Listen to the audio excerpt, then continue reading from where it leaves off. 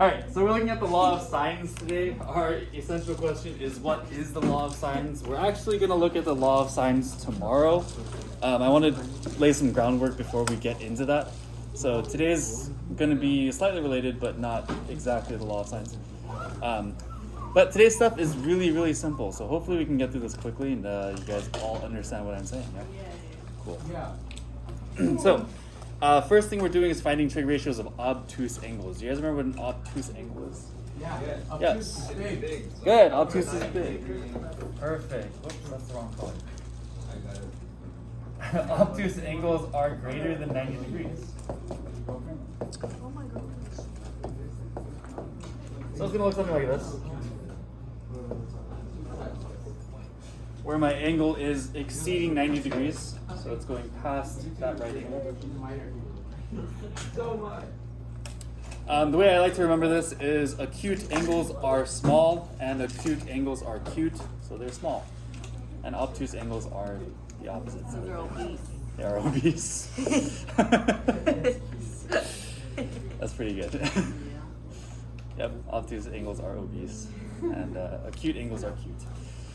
So far we've been dealing with only right angles so far with all of our trig ratios and stuff, because trig ratios typically only work with right angles, at least for what we were doing previously. But we're going to start looking at trig ratios of obtuse angles and some acute angles as well. This first example is mostly to make sure you guys remember how to use your calculator and how to round. So it should be fairly simple. All we really need to do is type these things into our calculator. So the first one is saying we want to evaluate the trig function using a calculator and round your answer to 4 decimal places. So we want 4 numbers after our decimal place. And the first one is tangent of 150. All I need to do here is type in tangent 150 into my calculator. And we can do it like this. And what do I get?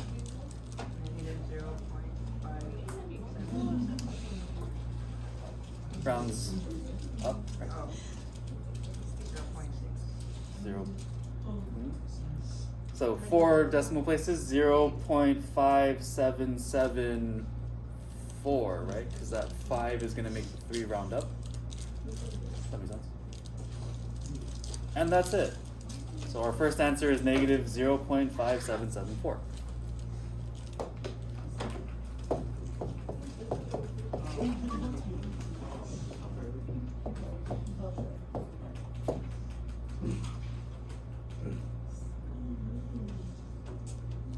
And that's all we have to do. One thing that's important though is you want to make sure that your calculator is in degrees, not radians. There's 2 different ways to type these in. If you look at your calculator, you have this slider right up top. It says DEG, which is short for degrees. So currently we are in degrees, and that is our correct answer. If I were to change this to radians, notice that my answer changes. So please make sure that your calculators are in degrees. What's the next one say? Sine of 120 degrees, and that's going to round to 4 decimal places, so it'll be 0.8660, right? The 2 afterward keeps that 0 the same. Remember, 4 or less, we stay the same. 5 or greater, then we round up. So that's going to be 8660.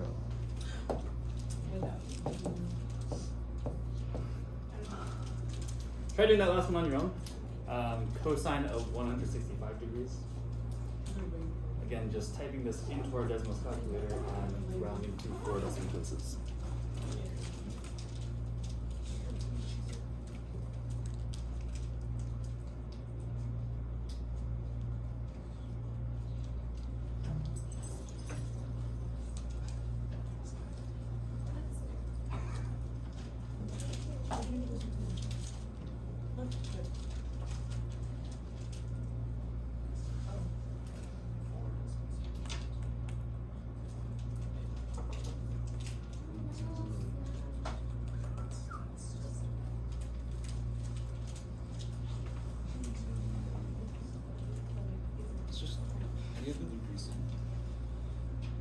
You don't have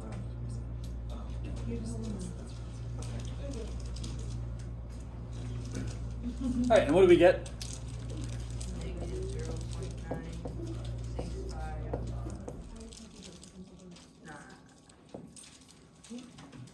negative 9,659, or 0.9659.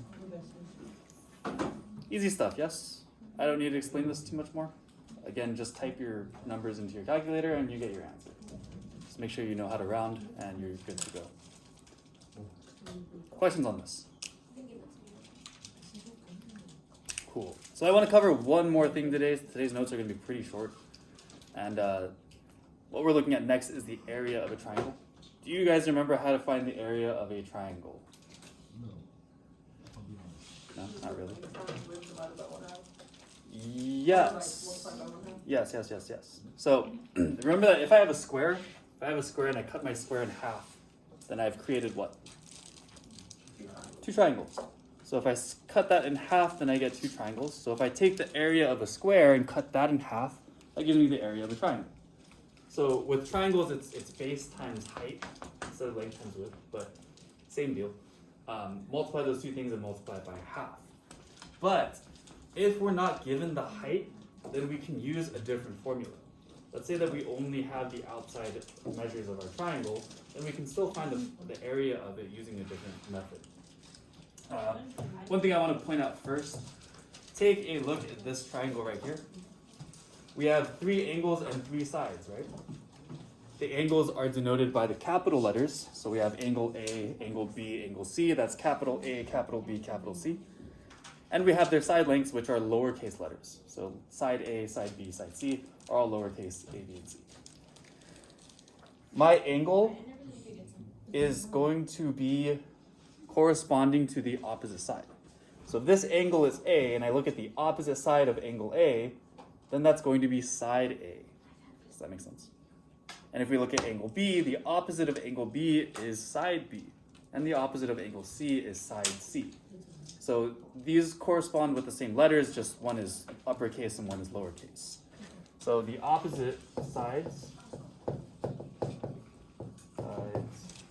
correspond with the angle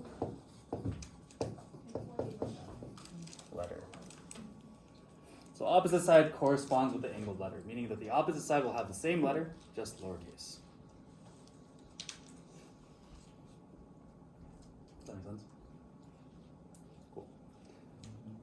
And if we want to find the area of a triangle, we need 3 things. We need a side length, another side length, and we need an angle measure. So if I'm looking at this triangle, if I have side C and side B, those are 2 consecutive sides of the triangle, I need the angle that's between them in order for me to find the area. So which angle is between C and B?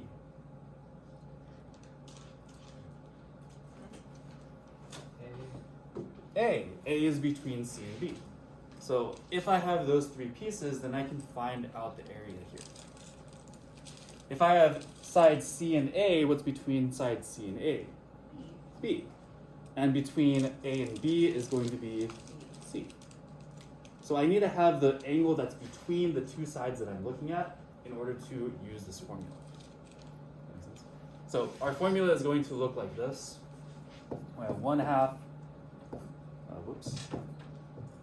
BC times the sine of A.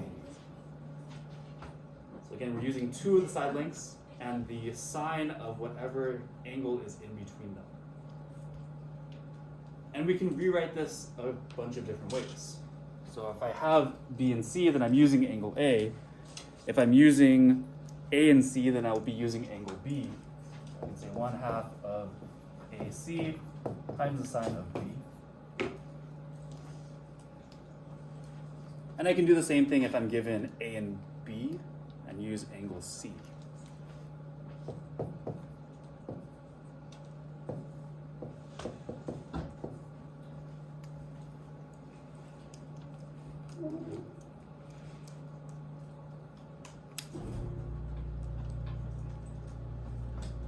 But the most important thing here is if we have those 2 side lengths and we're using that angle between, then we just need to multiply everything together.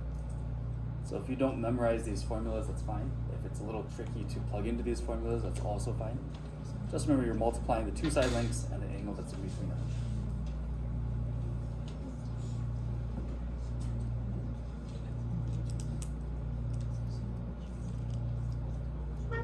Questions so far?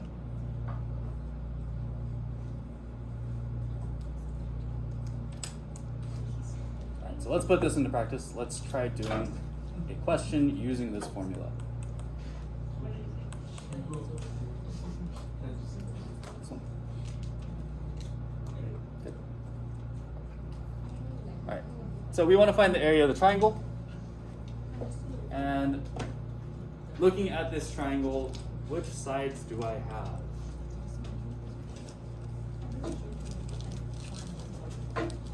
Well, I have the opposite of b, right? Opposite of b would be lowercase b. So I can say that lowercase b is 17. And I have the opposite of c, which is 19. So we can say that lowercase c is 19. And we're given our angle, which is 135. So I can plug this into my equation. It's going to be 1/2 of b times c times the sine of a.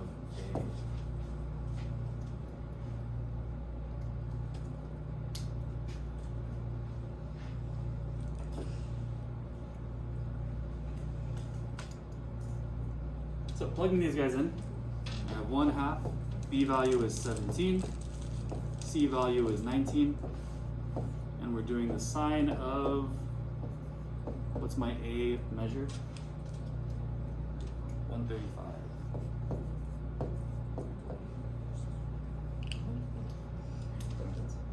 So just take the two side lengths, plug them in, and take the sine of whatever angle is between both sides. And from here we can use our calculator. We can type this exactly as it is into our calculator. We're going to do 1/2 17 times 19 times sine of 135. 1/2 17 19 sine of 135. So again, I typed it in exactly like it was written on my notes. 1/2 17 times 19 times sine of 135. And we're rounding to the nearest tenth or one decimal point. So this would be 114.2. 9 is going to make that one round up. So it's going to be 114.2.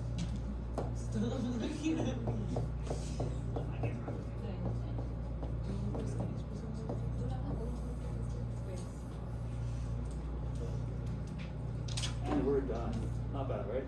Not bad. Alright, see if you guys can do part B on your own.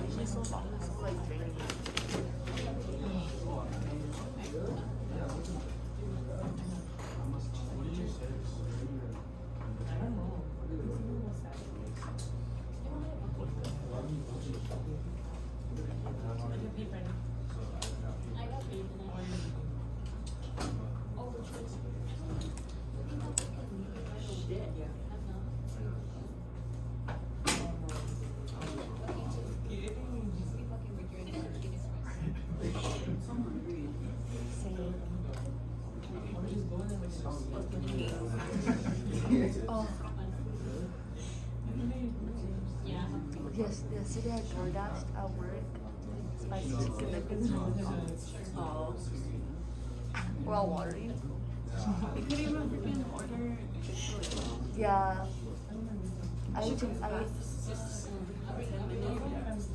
Chick-fil-A on Sunday. No, Sunday. This is the focus. On Saturday. Oh, me too. Yeah.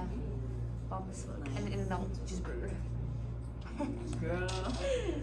It's the same. If you're in the same bracket, everyone gets so I'm always gonna get it's a pretty big percentage. Just be not Yeah. So maybe we're getting the same.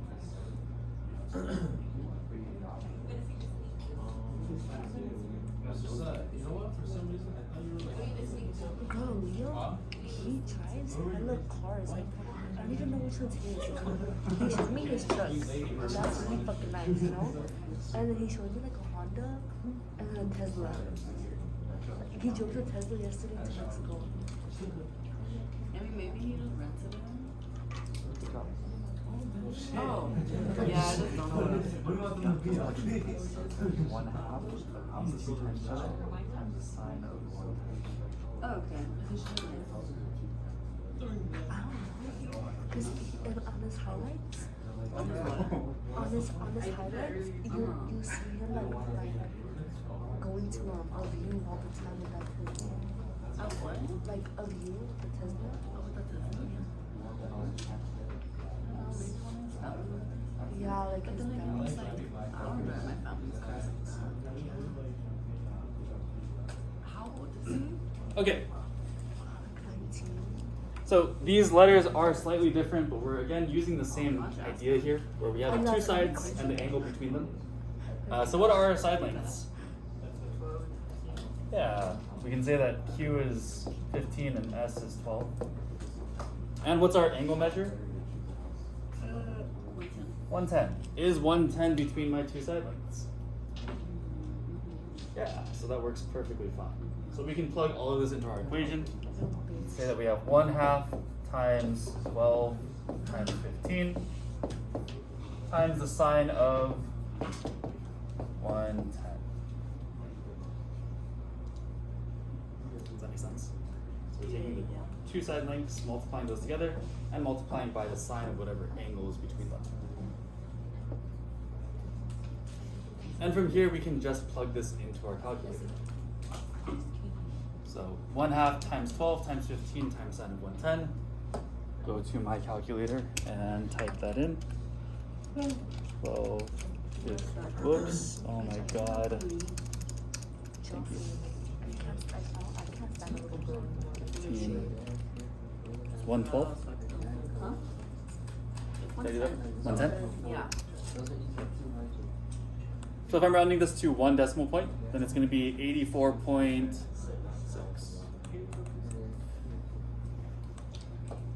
That was weird. You know what? She's probably mad. Why? Because I danced with Carlos that one day. What the fuck? ¿Cuánto quieres apostar? Wait, what? How much you want? How much you want to bet? Why would she be doing that? Because she's weird like that. Really?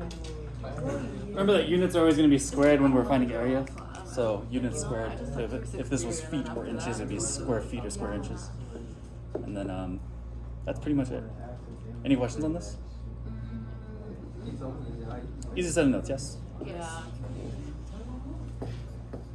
So don't forget to write a summary. We will finish the rest of this tomorrow. Your assignment on big ideas, I believe, is 6 questions.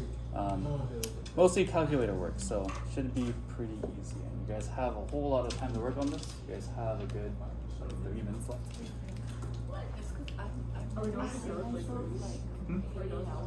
Not yet.